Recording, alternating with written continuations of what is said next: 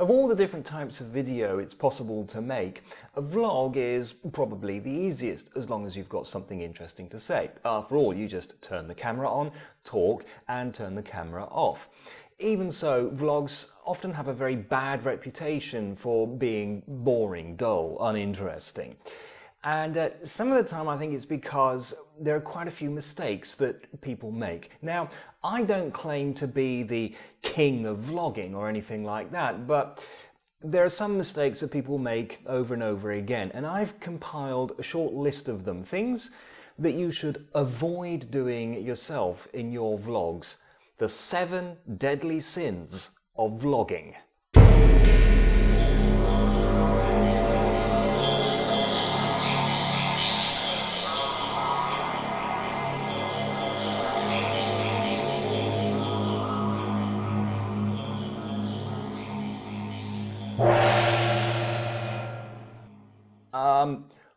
One thing that you need to avoid is there are 2 ways that you can deal with this problem. Number 1 is learn to use a video editor properly and edit out all the pauses and ums and ahs.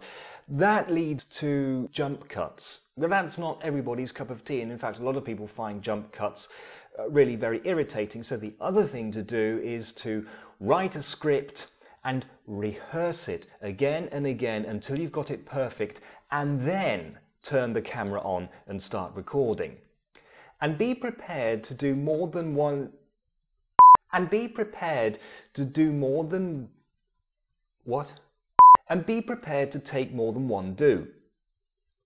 And be prepared to do more than one take. If they're funny enough, you can put them together at the end as a blooper reel. You should practice your speaking voice so that you don't sound like a robot. It helps if you think of the camera as a close friend of yours and you really want to tell them something really very interesting. Some videos are so dark you can hardly see the person who's talking, which really doesn't look good at all. You don't have to get professional lighting in, just a few extra lights here and there and strategically placed to give as natural a look as possible. You need to experiment a bit. It doesn't have to be professional grade, but please, we do want to see your face. A lot of the time you can't hear what the person is saying because it's far too quiet. I'll say again, a lot of the time you can't hear what the person is saying because it's far too quiet.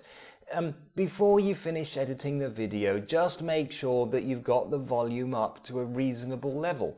People hate having to continually adjust the volume on their speakers or on their computers to accommodate different volume levels on different videos.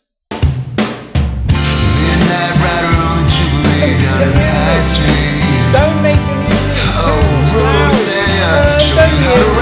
loud. Down. If you must use music, then don't pick something that's got vocals in it.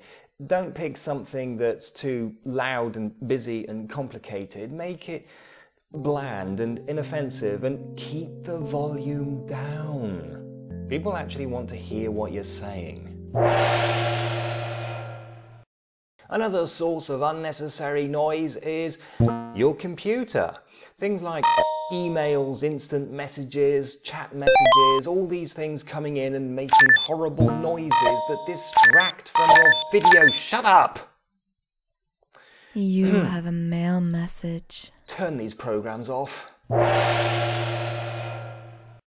Some people make videos that are really far too long, which is just, really unfortunate, but that's just the way it happens. I mean, people just ramble on and on and on about something and just don't realise that after a while people just aren't interested. There are a lot of theories about this, and I presume that a lot of studies have been made. Of course, I mean, in my long career as a YouTuber, it's often been a source. Also remember the advice given to the great lexicographer Samuel Johnson by his teacher. And of course, basically, what I'm trying to say is that you should keep your video as short and sweet as possible, somewhere around the 2 to 5 minute mark, no longer than that if you can possibly help it, because that's when people tend to switch off.